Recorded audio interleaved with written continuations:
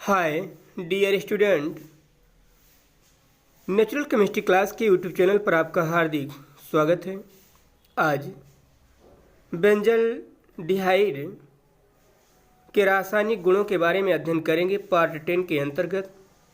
तो आज part aldehyde और कीटोन का आज पार्ट 10 होगा, जिसमें हम बेंजल डिहाइड के रासायनिक गुणों के बारे में अध्ययन करेंगे। ठीक है ना।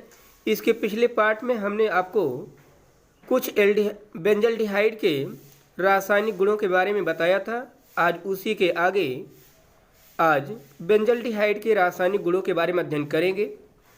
पहला रिएक्शन है बेंजाइन संघनन।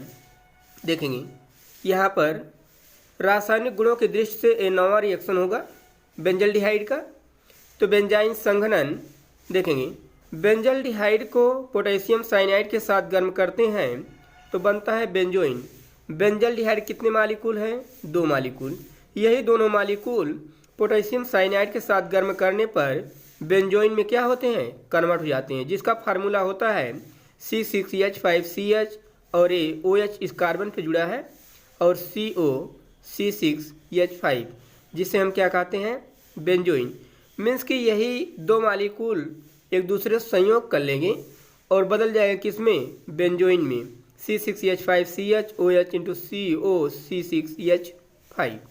ठीक है ना। अब हम आपको बताते हैं बेंजीन रिंग की अभिक्रियाएं। अभी तक जितने भी रिएक्शन हमने पढ़ा उन सभी रासायनिक अभिक्रियाओं में एल्डिहाइड क्रियात्मक समूह भाग ले रहा था। जैसे हमारी बात ध्यान देंगे, क्योंकि इस बेंजल डिहाइड में 2 क्रियात्मक समूह थे, एक एल्डिहाइड था। अभी तक जितने भी रिएक्शन हमने पढ़ाया बेंजल डिहाइड का एल्डिहाइड क्रियात्मक समूह भाग ले रहा था। कौन सा क्रियात्मक समूह? Aldehyde CHO। अब हम ऐसी अभिक्रियाओं के बारे में अध्ययन करेंगे जिसमें बेंजीन रिंग भाग लेगा। जिसमें क्या लेगा? Benzene ring. अभी तक जितने भी रिएक्शन हम बताए आपको बेंजल डिहाइड के जितने भी रासायनिक गुणों के बारे में अध्ययन किया उस सभी में एल्डिहाइड क्रियात्मक समूह भाग ले रहा था। और इसके बाद अब हम जो अभिक्रिया बताएंगे उन सभी में कौन सा क्रियात्मक समूह भाग लेगा? बेंजीन। ठीक है ना। ध्यान देंगे, ध्यान दें, एल्डिहाइड होगा। अभी तक जितने पढ़ाए गए एल्डिहाइड भाग ले रहा था। अब जितने बताए जाएंगे उसमें कौन भाग लेगा? बेंजीन। ठीक है ना। आइए देखते हैं बेंजीन रिंग की अभिक्रिया है नाइट्रीकरण। पहले नाइट्रेशन। बेंजीन रिंग को देखेंगे नाइट्रीकरण। बेंजल डिहाइड को जब HNO3 नाइट्रिकम से अभिक्रिया कराते हैं कंसंट्रेट H2SO4 की उपस्थिति में तो बनता है नाइट्रो बेंजल डिहाइड। क्या बनता है? Nitrobenzaldehyde. आइए आपको यहाँ पर हम बताते हैं कैसे अभिक्रिया होगी। एक चीज़ और आप ध्यान देंगे, थोड़ा ध्यान देंगे,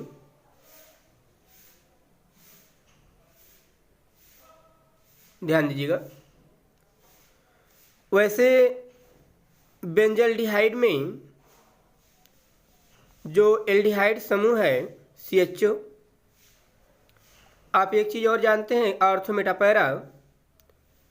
इस एल्डिहाइड समूह का इससे जुड़ा हुआ जो पहला कार्बन होता है, निकटवर्ती जो होते हैं वो आर्थो होता है, और जो अल्टरनेट होता है मीन्स कि एक के बाद एक होता है, ए मेटा होता है, और जो अपोजिट होते हैं वो क्या होते हैं? पैरा होता है। ये आप जानते हैं। मीन्स कि बेंजीन रिंग से जो क्रियात्मक समूह जुड़ा होता है उसका जो निकटवर्ती कार्बन होता है वो आर्थो होता है, और अल्टरनेट जो होता है एक के बाद जो होता है वो मेटा होता है, और जो अपोजिट होता है वो क्या होता है? पैरा होता है। ये पैरा पोजीशन होगा, ये आर्थो होगा, मेटा होगा, ये पैरा होगा। बात यह है कि जब हम किसी HNO3 से अभिक्रिया करा रहे हैं तो अब समस्या ये है कि HNO3 का जो इनकमिंग ग्रुप जो यहाँ पर जुड़ेगा आर्थो पर जुड़ेगा कि मेटा पर जुड़ेगा कि पैरा पर जुड़ेगा। इन सभी को जोड़ने का जो कार्य करता है, जो सिद्ध करता है, इस बेंजीन रिंग से जो जुड़ा हुआ क्रियात्मक समूह है ये डिसाइड करता है कि जो इनकमिंग ग्रुप इस पे जुड़ रहा है HNO3 का जो इस पे अटैच होगा, जो जुड़ेगा, वो आर्थो पर जुड़ेगा, मेटा पर जुड़ेगा कि पैरा पर जुड़ेगा। आप लोग देखते होंगे कभी आर्थो पर जुड़ता है, कभी मेटा पर जुड़ता है, कभी पैरा पर जुड़ता है। तो आप ध्यान देंगे कब आर्थो पर जुड़ेगा, कब मेटा पर जुड़ेगा, कब पैरा पर जुड़ेगा, इसके बारे में हम आपको बताते हैं। आप जानते भी होंगे, आप ध्यान देंगे थोड़ा यहाँ पर देखें, हमारी बात को ध्यान सुनेंगे, ध्यान दीजिए। बेंजीन रिंग से जो क्रियात्मक समूह जुड़ा है, जैसे एल्डिहाइड है, इसको इस प्रकार से लिखते हैं, ठीक है, CH।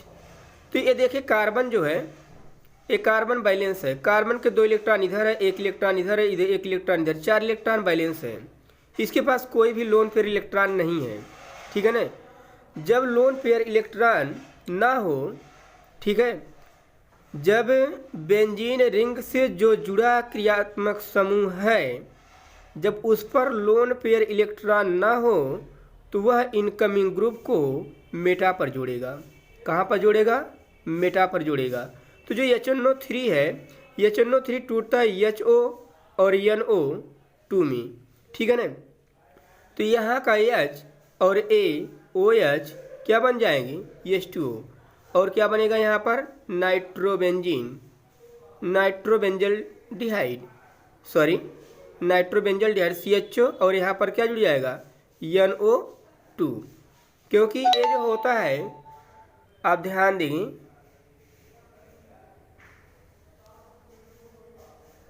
ध्यान दें यहाँ पर, हाँ, A माइनस होगा और ये क्या होगा? प्लस होगा। तो H और OH बन जाएगा क्या? H2O, और NO2 इसी मेटा पोजीशन पे क्या होगा? जुड़ जाएगा। ऐसी कब कंडीशन होगी? ध्यान दें कि हमारी बात के बहुत बड़ा पॉइंट है कि बेंजीन रिंग से जो जुड़ा क्रियात्मक समूह है, यदि इस परमाणु पर कोई भी लोन पेयर इलेक्ट्रॉन नहीं है, तो वह इनकमिंग ग्रुप को कहाँ पर जोड़ेगा? मेटा पर जोड़ेगा। लेकिन यदि इसके पास लोन पेयर इलेक्ट्रॉन होगा, जैसे फिनाइल केस में देखें, है ना, तो ऑक्सीजन है, ऑक्सीजन के पास 6 इलेक्ट्रॉन होता है, तो 2 4 इलेक्ट्रॉन यहाँ पर हैं, 1 इलेक्ट्रॉन इधर और 1 इलेक्ट्रॉन इधर, 6 इलेक्ट्रॉन हो गया। इसका मतलब ऑक्सीजन के पास लोन पेयर इलेक्ट्रॉन है। अब अगर इसका नाइट्रीकरण होगा, तो यह इनकमिंग ग्रुप को आर्थो पर जोड़ेगा और एक कहाँ पर जोड़ेगा? पैरा पर जोड़ेगा। एक कहाँ पर जोड़ेगा? एक आर्थो पर जुड़ेगा और एक पैरा पर जुड़ेगा। तो मिश्रण यौगिक बनेगा, एक आर्थो का यौगिक बनेगा और एक किस पे बनेगा? पैरा पे। कब होगा? जब बेंजीन रिंग से जो परमाणु जुड़ा है, यदि इस परमाणु पर लोन पेयर इलेक्ट्रॉन है, क्रियात्मक समूह का जो परमाणु है, यदि इस पर लोन पेयर इलेक्ट्रॉन है, तो वह इनकमिंग ग्रुप को कहाँ पर जोड़ेगा? आर्थो और पैरा पर। यदि लोन पेयर इलेक्ट्रॉन नहीं है, तो इनकमिंग ग्रुप को कहाँ पर जोड़ेगा? मेटा पर। हम आपको पढ़ा रहे हैं बेंजल डिहाइड, और बेंजल डिहाइड में जो CHO है, इससे जुड़ा हुआ जो पहला कार्बन, इस कार्बन पर कोई भी लोन पेयर इलेक्ट्रॉन नहीं है। इस कारण से, क्योंकि कार्बन बैलेंसी 4 होती है, तो इधर 2 इलेक्ट्रॉन इधर, 1 इलेक्ट्रॉन 1 इलेक्ट्रॉन इधर, इसका मतलब 4 इलेक्ट्रॉन बैलेंस हो गया। इसका मतलब इसके पास कोई भी लोन पेयर इलेक्ट्रॉन नहीं है। इस कारण से यह इनकमिंग ग्रुप को कहाँ पर जोड़ेगा? मेटा पर जोड़ेगा। बहुत बड़ा फैक्टर है, आप ध्यान देंगे। तो ये नाइट्रीकरण हो जाएगा पहला रिएक्शन। अगर इसी प्रकार से सल्फोनीकरण होगा और हैलोजनीकरण भी होगा, ध्यान देंगे। अब बहुत ही आसान रिएक्शन है।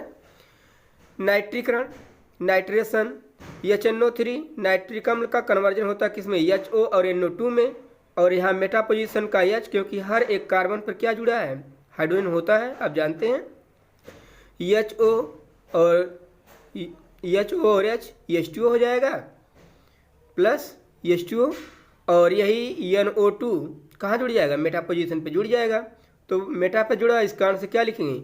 यम नाइट्रोबेंजल डिहाइड, यम नाइट्रोबेंजल डिहाइड, ठीक है ना। कुछ है नहीं, यदि कॉन्सेप्ट समझ गए होंगे, बहुत ही आसान है।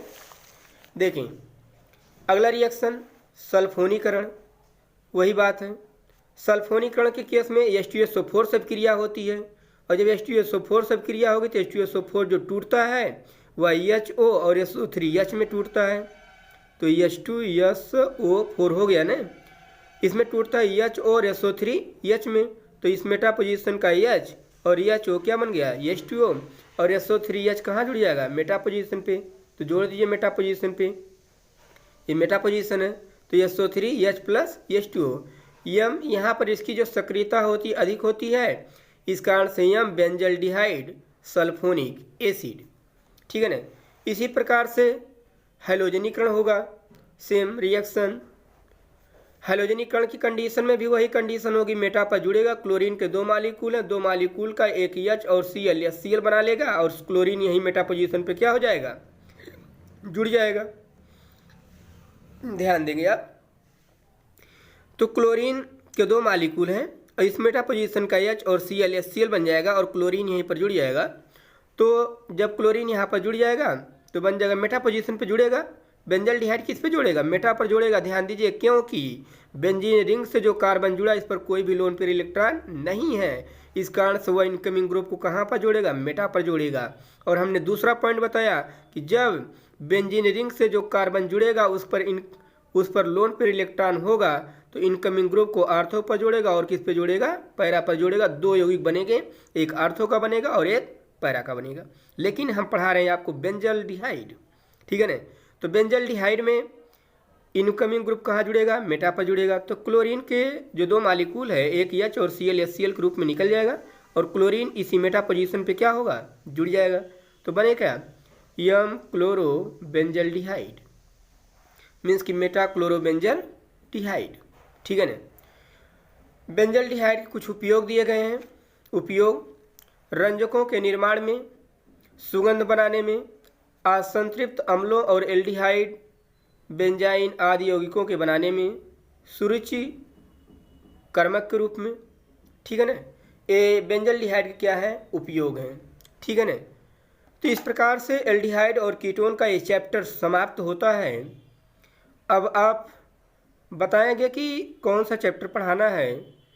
जो भी पढ़ाना हो आप कमेंट बॉक्स में आप बता सकते हैं कि कौन सा चैप्टर हम पढ़ाएं।